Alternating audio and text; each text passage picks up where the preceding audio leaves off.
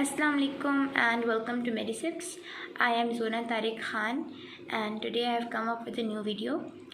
अगर चैनल की बात की जाए तो so far many videos have been uploaded और बायोकेमिस्ट्री की बात करें तो विटामिन सी की वीडियो आ चुकी है और इट्स लिटरली वर्थ वॉचिंग। अगर आपको कॉन्सेप्ट बिल्डिंग करनी है विटामिन सी की तो प्लीज़ गो थ्रू इट। और आज की जो वीडियो है विटामिन डी के हवाले से है और इसमें तमाम जो एस्पेक्ट्स मेंशन हैं सतिया में वो कवर होंगे इंशाल्लाह, तो वीडियो ज़रूर देखिएगा। Let's start it. टॉपिक को स्टार्ट करते हैं। टॉपिक है हमारा आज का विटामिन डी। और अच्छा, विटामिन डी होता क्या है? विटामिन डी एक्चुअली आपको पता है कैल्शियम और फॉस्फोरस हमारी बॉडी में एलिमेंट्स हैं, मिनरल्स हैं। तो अब उनको जब भी रेगुलेट करना पड़ेगा तो कौन करेगा? विटामिन डी करेगा। ये एक लिहाज से ना उनका मैनेजर होता है, ठीक है। तो अब विटामिन डी का आगे केमिस्ट्री पढ़ते हैं। इसकी आयुपैक नेम जो है वो है 125 डाईहाइड्रोक्सी कोलीकैल्सिफेरॉल। अब ये इसकी ना एक्टिव फॉर्म का आयुपैक नेम है। इसकी बाकी फॉर्म्स कौन कौन सी हैं, लेट्स डिस्कस। पहले तो देखेंगे प्रो विटामिन्स क्या होते हैं। प्रो विटामिन्स की वो फॉर्म है जिससे फर्दर कन्वर्ट होकर विटामिन एक्टिव होता है, यानी कि इनिशियल फॉर्म कह लें। तो इसकी प्रो विटामिन फॉर्म प्लांट्स में कौन सी होती है? एर्गोकैल्सिफेरॉल, और एनिमल्स में होती है कोलीकैल्सिफेरॉल, ठीक है। अच्छा, अब तो विटामिन डी स्टोर किस फॉर्म में होता है और ट्रांसपोर्ट किस फॉर्म में होता है? इसका नाम है 25 हाइड्रोक्सी कोलीकैल्सिफेरॉल। अच्छा, एक्टिव था डाईहाइड्रोक्सी और ये है हाइड्रोक्सी, यानी कि इसमें एक हाइड्रोक्सिल ग्रुप और ऐड हो जाए तो ये एक्टिव हो जाएगा। चलिए देखते हैं कैसे ऐड होता है। अच्छा, तो एक्टिव फॉर्म कौन सी है? कैल्सीट्रायोल। अच्छा, ये जो क्यूट सा छोटा सा नाम है ना कैल्सीट्रायोल, इससे याद रखेंगे ये इसका एक्टिव नाम है, एक्टिव फॉर्म का नाम है, ठीक है। अच्छा, अब मेटाबॉलिज्म क्या होता है? मेटाबॉलिज्म ये होता है कि जैसे इसकी एग्जांपल मैं आपको करेंसी से देती हूँ कि अगर आपके पास डॉलर्स हैं, यूरोज़ हैं और आप पाकिस्तान में रह रहे हैं तो आपके पास पैसे तो हैं लेकिन आप उसे कुछ ख़रीद नहीं सकते क्योंकि यहाँ पे चलते हैं रुपीज़, ठीक है। तो आपको फर्दर उसको कन्वर्ट कराना पड़ेगा रुपीज़ में। तो इसी तरीके से अगर आप विटामिन डी ले रहे हैं तो अगर आपके पास जब तक एक्टिव फॉर्म में विटामिन डी नहीं होगा बॉडी उसको यूज़ नहीं करेगी, ठीक है। तो उसको फर्दर कन्वर्ट करना है एक्टिव फॉर्म में, इसको हम कहते हैं मेटाबॉलिज्म, ठीक है। अच्छा, विटामिन डी बनता कैसे है? हमने जब 9th में पढ़ते थे हम विटामिन डी, जो कहते थे धूप से विटामिन डी आता है। कैसे आता है? सबसे पहले तो एक स्ट्रक्चर है 7D हाइड्रो कोलेस्ट्रोल से पता चल रहा है कोई लिपिड टाइप स्ट्रक्चर है, ठीक है। तो ये एक इंटरमीडिएट होता है लिपिड साइकिल का, ये इसको छोड़ें फ़िलहाल। तो 7D हाइड्रो कोलेस्ट्रोल जो होता है ये एपिडर्मिस में यानी कि स्किन में इस कंपाउंड के ऊपर जब यूवी लाइट रेडिएशन पड़ती है ना, धूप से आती है, तो क्या होगा? इसकी कन्वर्शन हो जाती है कोलीकैल्सिफेरॉल में, जिसको हम विटामिन D3 भी कहते हैं, ठीक है। अच्छा, तो कोलीकैल्सिफेरॉल, अब ये देखें आयुपैक नेम क्या है? डाईहाइड्रोक्सी कोलीकैल्सिफेरॉल, यानी कि नाम का इस पार्ट को हमने अचीव कर लिया है अभी तक। अब ये पार्ट अचीव करना है। अब ये कहाँ से होगा? यानी कि स्किन तक हमें कोलीकैल्सिफेरॉल तो मिल चुका है। अब कोलीकैल्सिफेरॉल का फर्दर काम आएगा लिवर में। अब लिवर को मैंने एक कह लें कि मैंने ट्रायंगल बना दिए, इस सिंबल है कि ये लिवर में हो रहा है प्रोसेस, ठीक है। अब लिवर में कौन सा प्रोसेस होगा? कोलीकैल्सिफेरॉल को हम लोगों ने करना है इसको हमने हाइड्रोक्सिल ग्रुप को ऐड कराना है, ठीक है। हाइड्रोक्सिल ग्रुप को ऐड कराना है तो कहाँ पे ऐड कराना है? 25th पोजीशन पे, ठीक है। तो 25th पोजीशन पे जब हाइड्रोक्सिल ग्रुप ऐड होगा तो क्या बन जाएगा? 25 हाइड्रोक्सो कोलीकैल्सिफेरॉल। तो अब 25 हाइड्रोक्सिलेज एंजाइम ये काम करेगा। 25 इसलिए क्योंकि 25th पोजीशन पे OH ग्रुप ऐड करा रहा है। हाइड्रोक्सिलेज मतलब हाइड्रोक्सिलेशन करा रहा है और ट्रायंगल का मतलब लिवर में। अच्छा, इस रिएक्शन को चाहिए होते हैं 3 चीज़ें, एक NADPH, एक साइटोक्रोम P40, एक प्रोटीन है और एक ऑक्सीजन। अच्छा, दूसरी चीज़ कि अब फर्दर थोड़ा बहुत क्लोज आ चुके हैं हम एक्टिव फॉर्म के। अब लास्ट प्रोसेस क्या होगा कि 25 हाइड्रोक्सो कोलीकैल्सिफेरॉल को हमने फर्दर कन्वर्ट कराना है 125 डाईहाइड्रोक्सी कोलीकैल्सिफेरॉल, यानी कि 1 पोजीशन पे एक और हाइड्रोक्सिल ग्रुप हमने ऐड कराना है, ठीक है। कैसे कराएंगे? ये प्रोसेस होगा किडनी में। अब किडनी बिल्कुल भी ऐसी नहीं दिखती है, पता नहीं मैंने क्यों ऐसे बनाई है। तो अब एंजाइम का नाम क्या होगा? जब 25th पे ऐड कराया था तो उसका नाम था 25 हाइड्रोक्सिलेज और अब क्या होगा? 1 हाइड्रोक्सिलेज। अच्छा, तो ये इसका फाइनल रिएक्शन है और यही रिएक्शन है जिसमें हम फीडबैक मैकेनिज्म को काम में ला सकते हैं। कैसे? आपको पता है ना कि हमारी बॉडी में कोई भी रिएक्शन फीडबैक मैकेनिज्म के बगैर नहीं रेगुलेट हो सकता, वरना एक्यूमुलेट हो जाएंगी चीज़ें, वो अनकंट्रोल हो जाएगा। तो फीडबैक मैकेनिज्म चाहिए होता है हमें। तो अब इसको कंट्रोल करने वाले फैक्टर्स हैं कैल्शियम और फास्फोरस इटसेल्फ, यानी कि जो ये चीज़ें विटामिन डी मैनेज कर रहा था वही इसको मैनेज कर रही हैं। कैसे? अब फास्फोरस जब प्लाज्मा में कम होगी तो विटामिन डी चाहिए होगा, तो ये एक पॉजिटिव सिग्नल है विटामिन डी प्रोडक्शन का। तो जितना फास्फोरस कम होगा उसका डायरेक्ट रिलेशन होगा इस रिएक्शन के साथ, यानी कि ये रिएक्शन उतना ज़्यादा होगा। दूसरी चीज़ है कैल्शियम। कैल्शियम डायरेक्टली तो कंट्रोल नहीं करता, लेकिन कैल्शियम का कंट्रोल करने का स्टाइल क्या है कि कैल्शियम जो है उसका कम होना एक सिग्नल है पैराथायरॉयड हार्मोन का रिलीज़ होना। पैराथायरॉयड हार्मोन कौन रिलीज़ करता है? ये हमने पढ़ा था कि ये जो ग्लैंड होता है पैराथायरॉयड ग्लैंड, ये रिलीज़ करता है। तो जब पीटीएच हार्मोन रिलीज़ होगा तो पीटीएच हार्मोन का डायरेक्ट रिलेशन है, यानी कि डायरेक्ट इसका इफेक्ट आएगा इस रिएक्शन पे, रिएक्शन इन्हांस हो जाएगा। तो इस तरीके से हमारे पास इसकी एक्टिव फॉर्म यानी कि 125 डाईहाइड्रोक्सीकोलिक कैल्सिफेरॉल ऑब्टेन हो चुकी है। ओके, सो हमने वीडियो के पहले पार्ट में डिस्कस किया मेटाबॉलिज्म को विटामिन डी के। अब हम डिस्कस करने वाले हैं इसका बायोकेमिकल फंक्शन। तो जैसे कि यहाँ से शो हो रहा है कि ये 3 जगहों पे एक्ट करता है, इंटेस्टाइन, किडनी एंड बोन। अच्छा, इंटेस्टाइन में क्या करता है? ये as a steroid like hormone act करता है। इसकी जो डिटेल में डिस्कशन है वो ये वीडियो के लेटर पार्ट में मिल जाएगी आपको। तो अभी मैं बताने लगी हूँ कि ये स्टीरॉयड हार्मोन कौन से होते हैं। अच्छा, ये स्टीरॉयड यानी कि लिपिड नेचर के हार्मोन्स होते हैं और ये आराम से लिपिड बायलेयर को क्रॉस करते हैं और सेल के अंदर आ जाते हैं। यहाँ पे प्रेजेंट होता है इनका साइटोप्लाज्म में रिसेप्टर से ये बाइंड करेंगे और फिर ये डीएनए को न्यूक्लियस में जाके डीएनए को एक्टिवेट करेंगे कि तुम प्रोटीन्स बनाओ। अच्छा, तो विटामिन डी जो होता है ये डीएनए से कौन सी प्रोटीन्स बनवाता है? कैल बाइंडिंग प्रोटीन्स बनवाता है।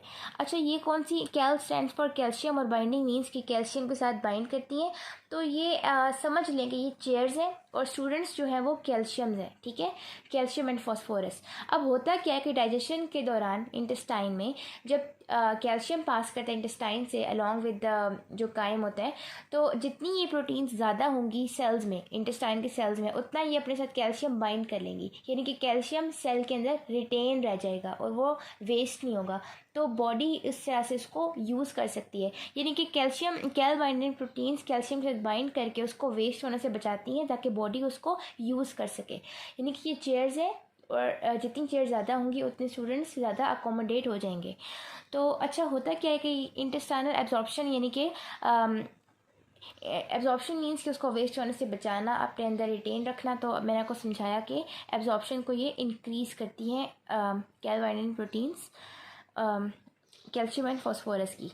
अच्छा, तो अब किडनी में क्या करते हैं? किडनी का आपको पता है फंक्शनल यूनिट होता है नेफ्रॉन, और नेफ्रॉन के 2 पार्ट्स होते हैं, रीनल कॉर्पसल और रीनल टिब्यूल।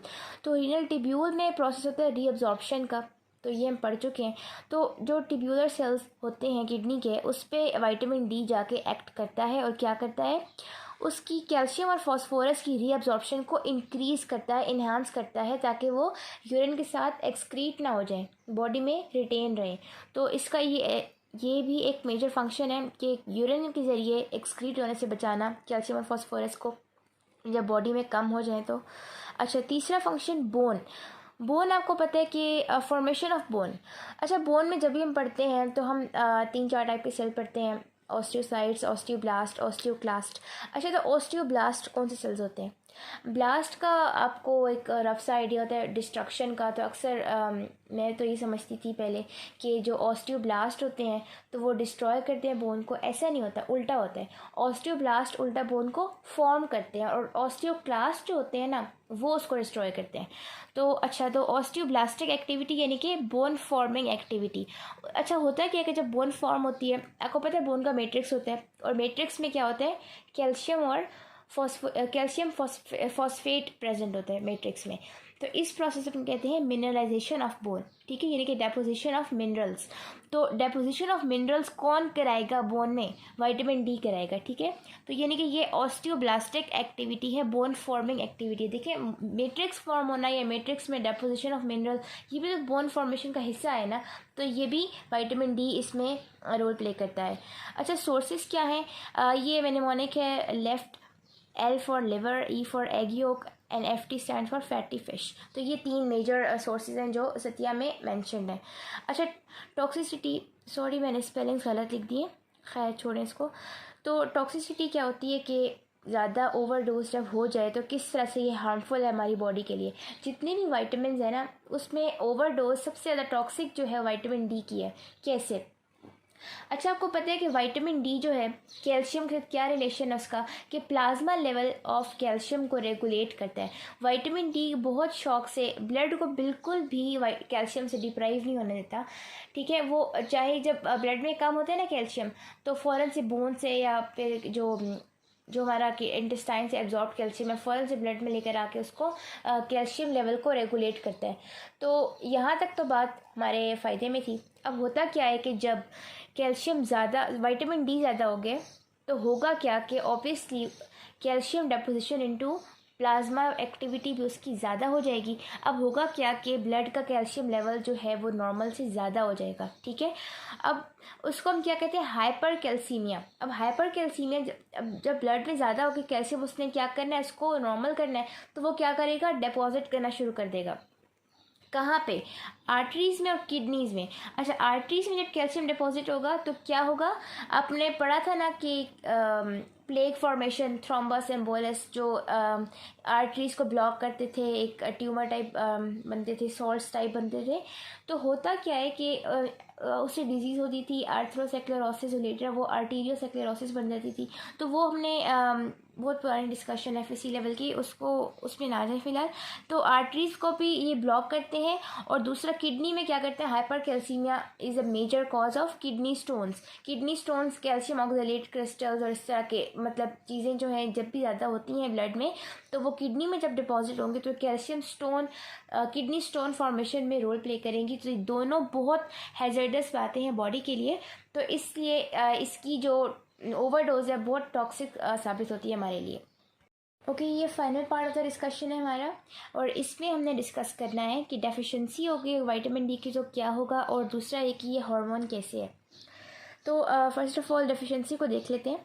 अच्छा, deficiency of the vitamin D major cause है 2 डिजीज़ का, रिकेट्स और ऑस्टियोमेलेशिया। रिकेट्स होती है चिल्ड्रन में और ऑस्टियोमेलेशिया होती है एडल्ट्स में। पहले डिस्कस करते हैं रिकेट्स को। अच्छा, जब विटामिन डी कम होता है प्लाज्मा में, यानी कि प्लाज्मा कॉन्सेंट्रेशन ऑफ कैल्सीट्रायोल डिक्रीज़ होती है, ड्रॉप होती है, तो इसकी वजह से एल्कलाइन फॉस्फेटेज एक एंजाइम है, ये ज़्यादा हो जाता है। अच्छा, ये कौन सा एंजाइम है, ये करवाता है बोन फॉर्मेशन स्टिमुलेट करवाता है, ठीक है। बोन फॉर्मेशन, जब ये एंजाइम ज़्यादा होगा तो बोन फॉर्मेशन भी ज़्यादा हो जाएगी।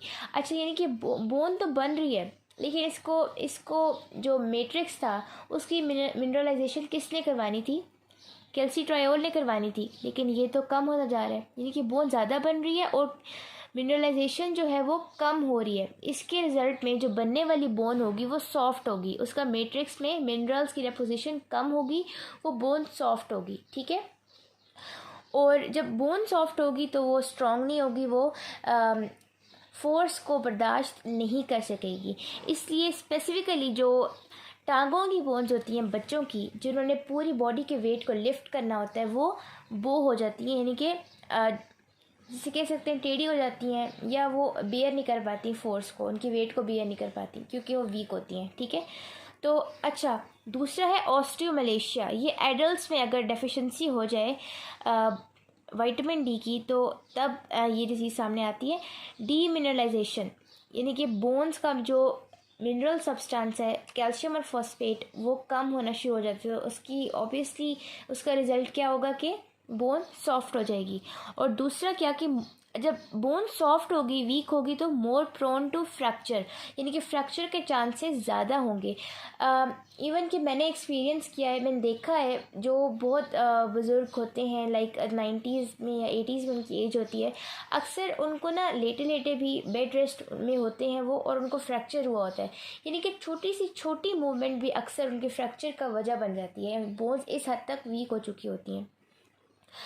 अच्छा तो अच्छा, एक और बात मैंने वहाँ पे मिस कर दी थी, वो ये कि जब विटामिन डी कम होता है ना, ज़्यादा हो जाता है ना, मैंने पढ़ा था टॉक्सिसिटीज़ की पढ़ी थी हमने, तो वो कभी भी तब टॉक्सिक नहीं होता जब वो कभी भी तब ज़्यादा नहीं होता जब ये नहीं होता कि आप लोग धूप में ज़्यादा फिरने शुरू हो गए तो आपका विटामिन डी ज़्यादा हो गया, ऐसे नहीं होता।